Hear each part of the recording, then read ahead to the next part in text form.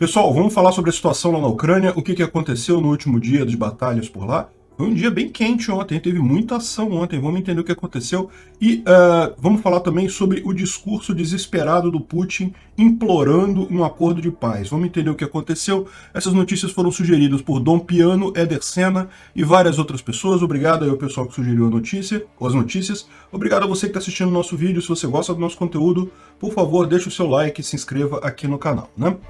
Pois bem, se você olhar esse mapa aqui da frente de batalha, não aparece tanta coisa aqui. Teve algum bombardeio aqui na linha de frente, algumas tentativas russas de avançar aqui em alguns pontos, mas não teve nada de significativo no dia de ontem, de acordo com esse mapa, né?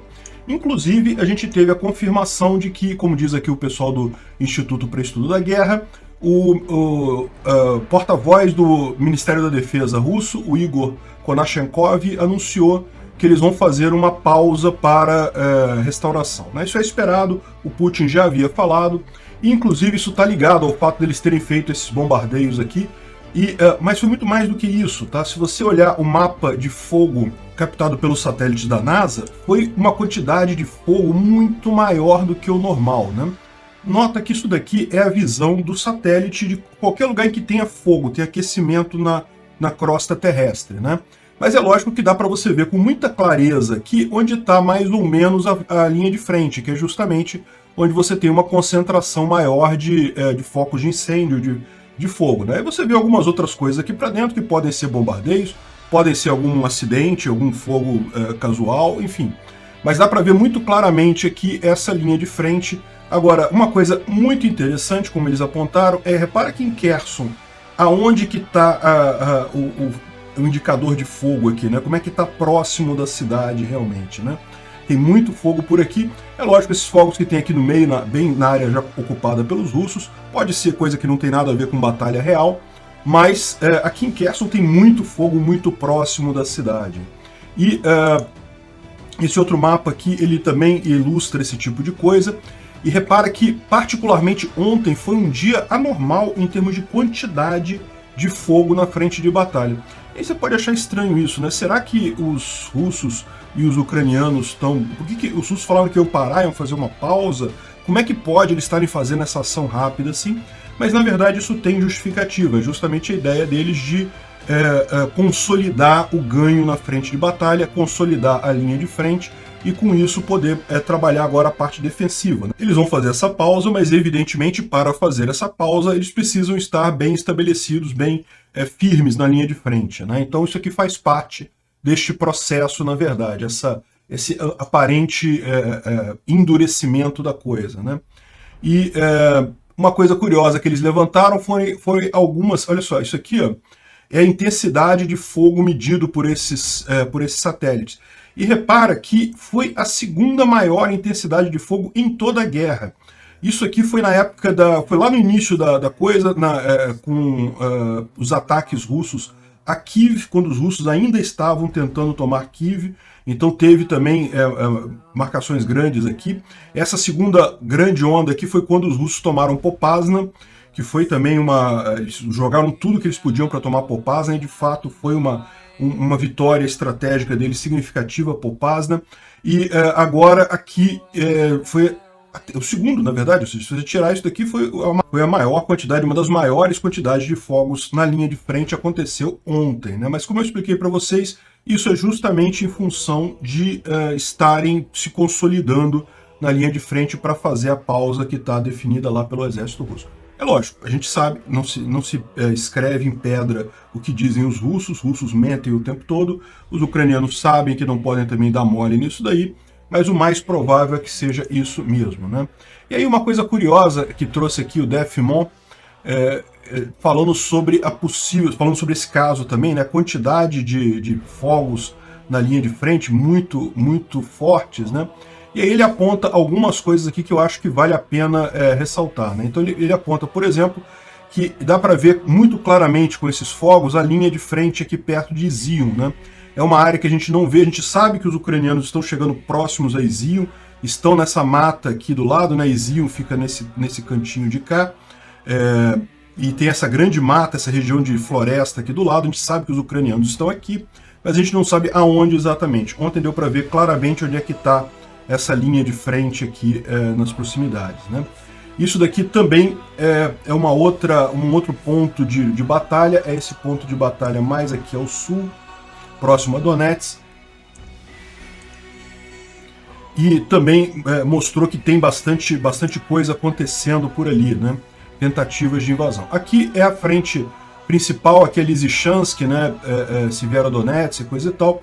E uma coisa que ele aponta aqui é que Bielorrivka já está completamente sobre domínio russo, né? A gente falou que, em tese, por esse mapa aqui e pelas informações que a gente tem do exército ucraniano, o exército ucraniano ainda controla Bielorrivka, ou seja, em tese, assim, se você for extremamente preciso, os russos não conquistaram ainda o Oblast de Luhansk inteiro, porque ainda tem a cidade de Bielorrivka, uma pequena cidade, uma pequena vila. Mas isso daí é uma questão mera detalhe, né? Não vai fazer muita diferença. E mesmo aqui, sim, ele está falando aqui que pelo que está mostrando por essas linhas de fogo aqui, Bielorrivka já está, na verdade, em poder dos russos, né? Não está mais entre os ucranianos, né? Aí mostra aqui várias linhas, realmente eles segundo ele, os ucranianos dizem que as forças russas entraram em retirada em alguns lugares aqui devido a ataques ucranianos nessa região próxima a Bakhmut. Bakhmut está aqui, para você ver no mapa, essa região mais abaixo aqui.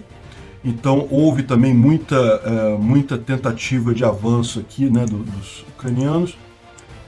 Enfim, mas o mais interessante ele guarda para o final e ele fala aqui sobre... Ele fala em vários lugares, né, de várias situações. E o mais legal que ele fala é que, olha só, eu tenho informação confiável que a ponte temporária que foi criada em Kupiansk foi destruída hoje e está não operável, né?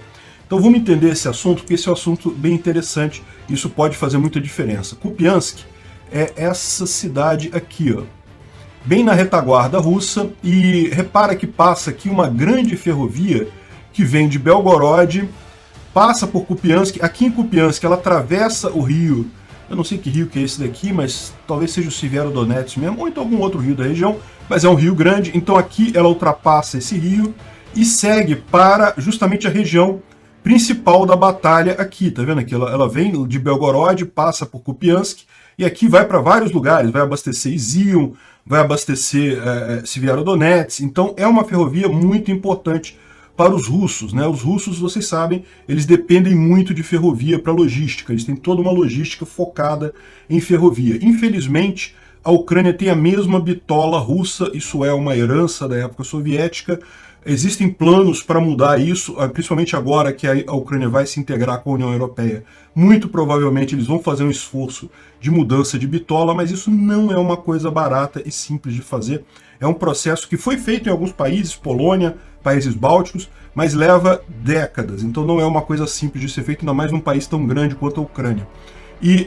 Mas então isso acabou ajudando os russos, porque os russos acabaram podendo usar as ferrovias ucranianas, né? E lógico, nos primeiros dias da guerra, os ucranianos destruíram a maior parte das ferrovias próximo à fronteira, mas vocês sabem, destruir ferrovia não é uma coisa muito efetiva, isso atrasa, evidentemente, o avanço, mas é sempre possível consertar ferrovia, é relativamente barato e simples consertar a ferrovia, né? Bom, pois bem, então uma coisa que os ucranianos fizeram aqui em Kupiansk para evitar o avanço russo, quando eles perderam a cidade, isso foi logo no início da guerra, eles destruíram a ponte ferroviária que atravessava o rio, de forma que os russos não podiam usar essa linha aqui de Belgorod para abastecer a frente de batalha. É justamente o que está neste... Quer ver? Aqui tem a imagem. Aqui, ó. A ponte destruída em Kupiansk. Isso foi destruído pelos próprios ucranianos logo no início da batalha, né? E aí o que os russos fizeram para recuperar isso daqui? Essa ponte não dava para recuperar facilmente, então eles criaram uma ponte militar, tá vendo aqui? Ó? Tem um desvio aqui, eles fizeram um trilho passando por uma ponte temporária militar. Mandaram até o padrezinho lá, eu não sei como é que é o nome, é padre mesmo que fala na igreja cristã ortodoxa, eu não sei como é que se diz, mas enfim. O religioso lá benzeu a ponte, né? Foi lá, fez ali o benzimento da ponte e coisa e tal, e com isso os russos puderam usar com muita facilidade esse terminal, essas linhas aí que vão desde Belgorod até a frente de batalha, passando por Kupiansk, né? Só que, conforme ele diz aqui, parece que isso daí foi atingido por fogo, essa linha, ou seja, essa ponte, uma vez que agora os ucranianos têm os HIMARS, que tem uma precisão muito grande, você tem toda uma nova possibilidade de atingir esse tipo de alvo, que é um alvo pequeno.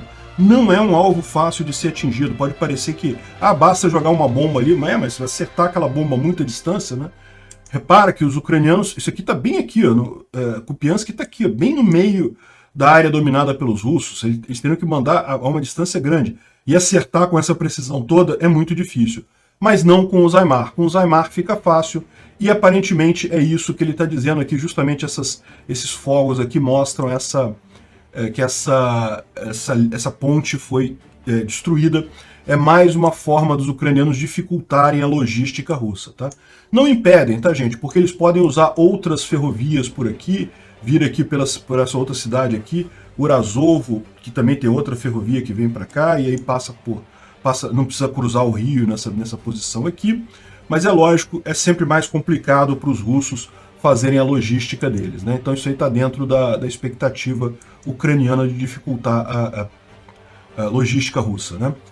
E bom, como a gente viu, existem muitos fogos aqui em Kherson, a cidade já é nessa área aqui, mais ao sul aqui, então assim, tem realmente muita coisa próxima aqui, né? E o que a gente teve ontem foi justamente mais um ataque ucraniano próximo a Chornobaivka, que é essa região aqui, próxima do aeroporto. Aqui também tem o aeroporto e tem o subúrbio de Chornobaivka. O ataque ucraniano foi nessa região, deve ter atingido alguma parte de tropa russa que tem aqui, causou um grande incêndio na região. O pessoal aqui diz que não sabe se foi munição que atingiu ou se meramente pegou fogo em alguma coisa, mas de qualquer forma foi um alvo russo atingido aqui, né? Além disso, o prefeito de Oleshk, que é uma cidadezinha que fica do outro lado de Kherson, né? Se você olhar aqui, Kherson é essa cidade grande aqui, e perto de Kherson tem essa ponte que atravessa o rio Dnieper, né?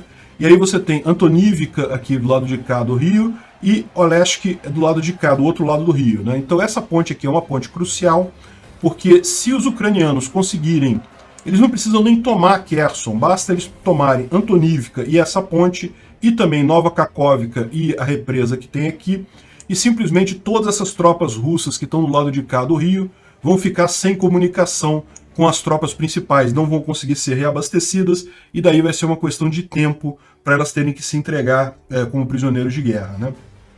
Então, isso aqui é um ponto fundamental. E o prefeito de Oleshk, que fica aqui do lado sul da ponte de Antonivka, ele falou que avisou para os ucranianos que moram próximo a depósitos russos para se afastarem nos próximos dias. Ou seja, tudo indica que os HIMARS estão, ou pelo menos um dos HIMARS, no mínimo um, na verdade os ucranianos têm usado baterias de 2, tá? E a gente já tem informação que eles já têm um total de 7 operando na Ucrânia, entre HIMARS e M270, que é uma versão equivalente do HIMARS da Alemanha. Então, provavelmente, pelo menos alguns estão aqui na região de Kherson e devem começar novamente uma campanha de ataque aqui a depósito de munição russo nessa região, né? Também houve a informação de que atingiram um depósito de munição em Nova Kakhovka.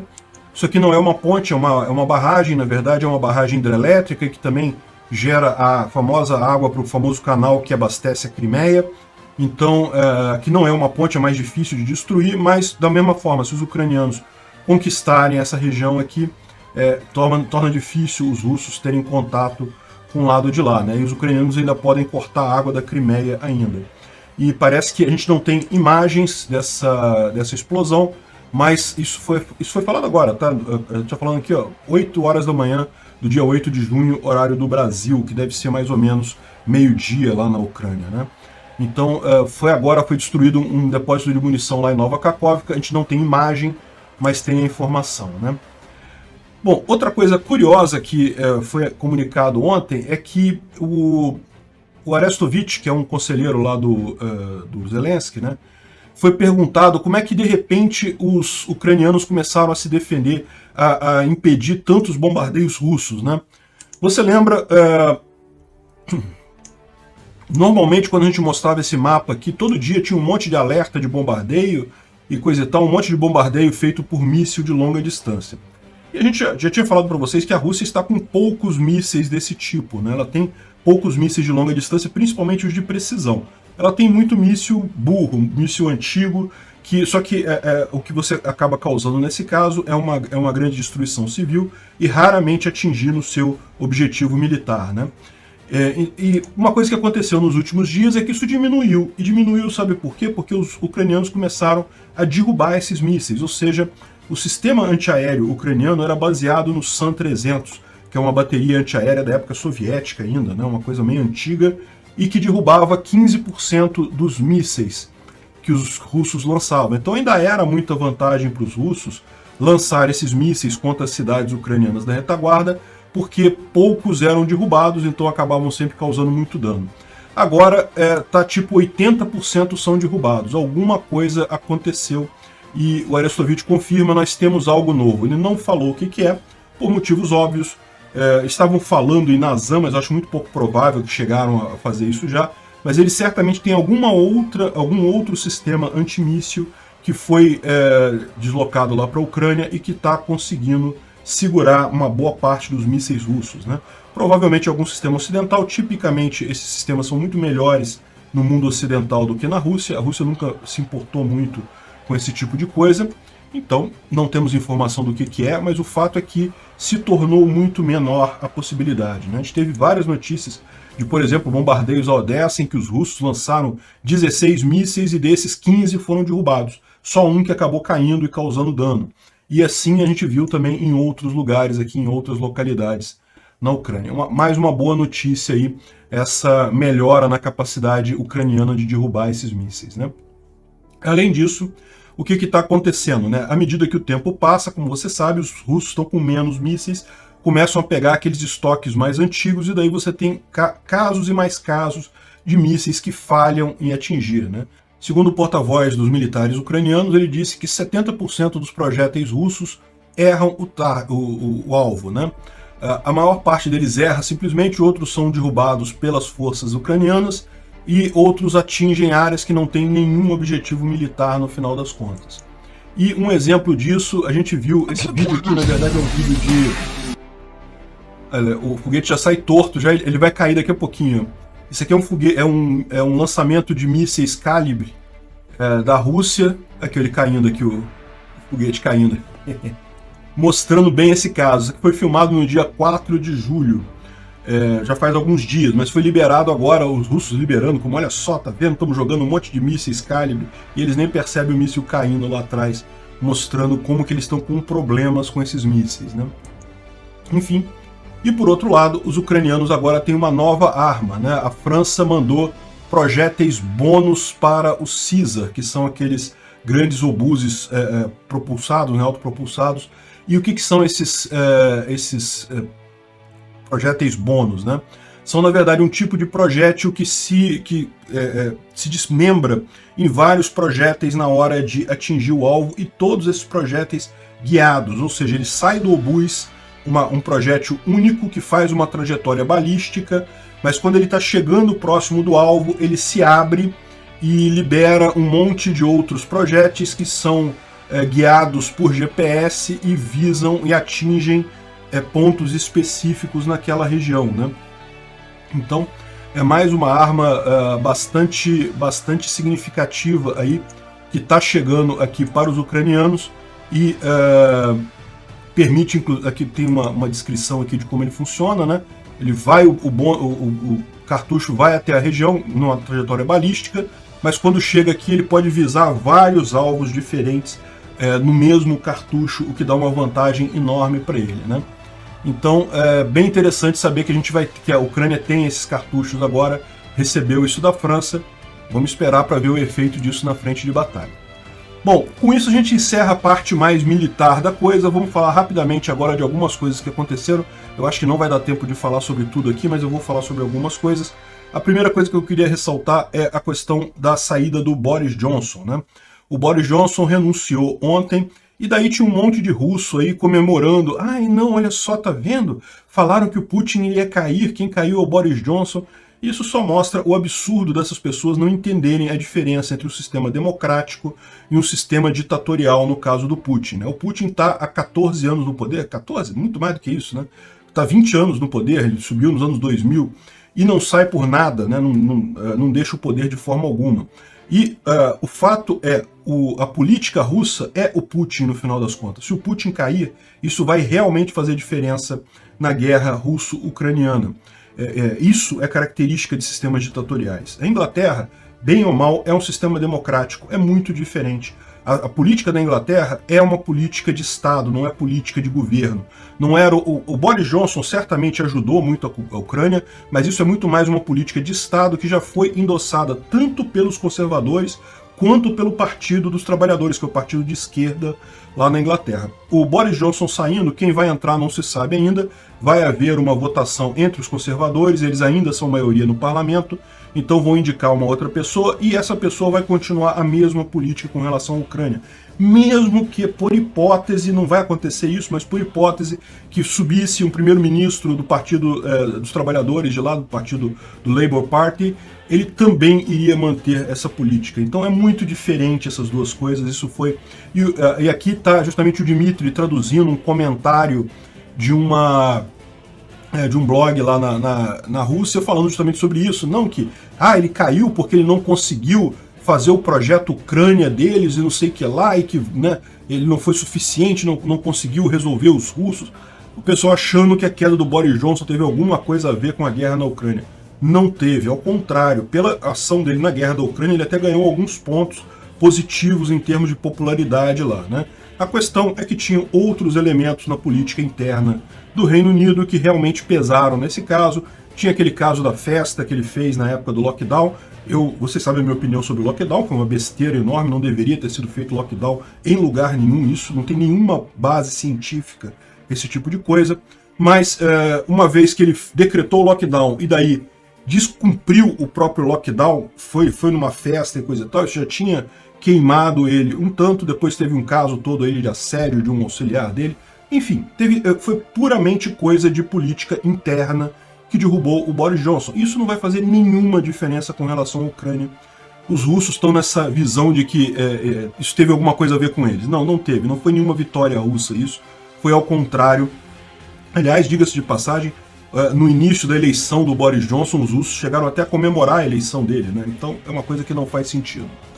Bom, e nesse mesmo sentido a gente tem aqui o Putin fazendo um apelo desesperado por negociações de paz. Dá pra ver que o cara tá nervoso, lendo o papel ali, ele se mexendo assim, nervoso, não tá gostando da situação, realmente ele sabe que a Rússia tá numa situação muito ruim no fronte militar, apesar de ter avançado. Para avançar teve que usar tudo que podia e sabe que não consegue manter esse tipo de coisa. O que ele falou ontem? Hoje nós ouvimos que os militares do Ocidente querem nos ganhar na frente de batalha. Vamos deixar eles tentarem. Eu queria avisar o Putin que, na verdade, olha só, quem está ganhando de você na frente de batalha é o exército ucraniano, tá? Tem algumas armas vindas do Ocidente, é verdade, mas o Ocidente não entrou nessa guerra, não. E é fácil, Putin, você saber quanto o Ocidente entrar nessa guerra, porque você vai ver os soldados ocidentais tomando cafezinho na Praça Vermelha 2 dias depois deles entrarem nessa guerra. Vai ser muito fácil você perceber quando eles entrarem de fato nessa guerra, né? Por enquanto, vocês estão lutando o exército ucraniano. Nunca se esqueça disso. Aí ele fala aqui, nós não começamos nada ainda. O desespero deles para recrutar a gente, para chamar a gente, oferecer dinheiro para o pessoal se alistar no exército, não começaram nada ainda. Não estão fazendo altas medidas de logística para tentar trazer tanques da década de 60 para botar na frente de batalha. Não, nem começamos ainda e coisa e tal. Meu amigo, não, ninguém cola isso. E o pior é que dá para ver que ele está nervoso nesse discurso dele, né? Mas o que ele queria dizer mesmo, o pedido dele, ele falou mais adiante. A Rússia não se recusa a conversar a paz com os ucranianos, mas quanto mais tarde eles começarem, mais difícil será para negociar. Ou seja, isso daqui é o que ele quis com esse discurso dele. O que ele quer é negociar. A gente sabe disso. Eles querem que um cessar-fogo, porque eles sabem que não conseguem manter essa área que eles ocuparam. Evidentemente que eles não têm condição de fazer isso. Essa área está totalmente devastada, ela não tem nenhum ganho, não gera nenhum valor comercial. As pessoas que estão ali, só ficou ali o pessoal que realmente não tem para onde ir, tipicamente pessoas que não têm capacidade econômica, pessoal doente, pessoal muito idoso. E, no final das contas, para os russos manterem essa área, eles teriam que manter a presença militar o tempo todo, o que seria extremamente caro para eles. Eles não têm como manter essas áreas que eles conquistaram.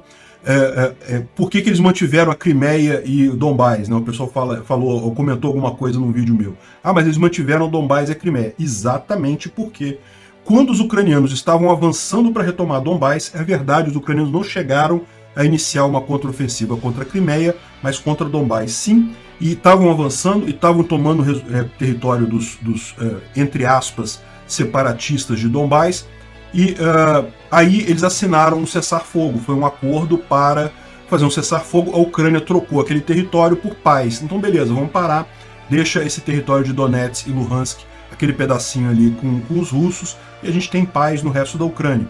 E não deu certo, né? A gente viu que só adiou o problema. Daí a importância que a gente fala de não ter esse negócio, esse tipo de coisa agora. E o que o Putin quer é exatamente isso.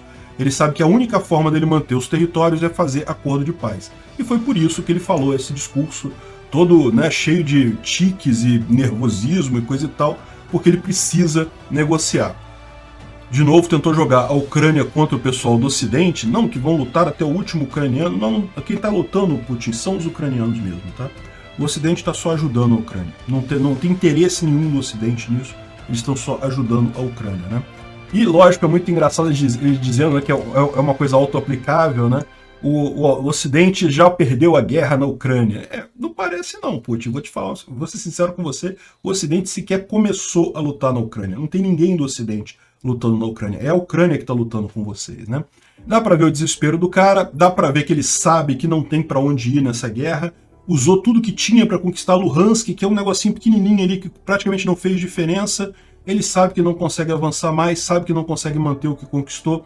Tudo que ele quer agora é o pedido dele desesperado por conversas de paz que estão aqui. E por que eu estou dizendo que é um pedido desesperado? Porque ele está fazendo isso, ele foi na televisão lá e falou esse pedido aí. Você viu o Zelensky falando isso? Não, o Zelensky quer a devolução de todos os territórios e quer o Putin sendo processado. Não tem nada de conversa de paz, não existe isso. O Putin é que está pedindo conversa de paz. Isso aqui mostra bem o desespero dele, né? Obrigado por assistir o vídeo até o final. Além de curtir, compartilhar e se inscrever no canal, considere se tornar patrocinador com valores a partir de R$ 1,99. Clique no botão Seja Membro abaixo para saber as condições e vantagens de patrocinar o canal. Mais informações sobre o nosso projeto, visite nossos sites indicados na tela.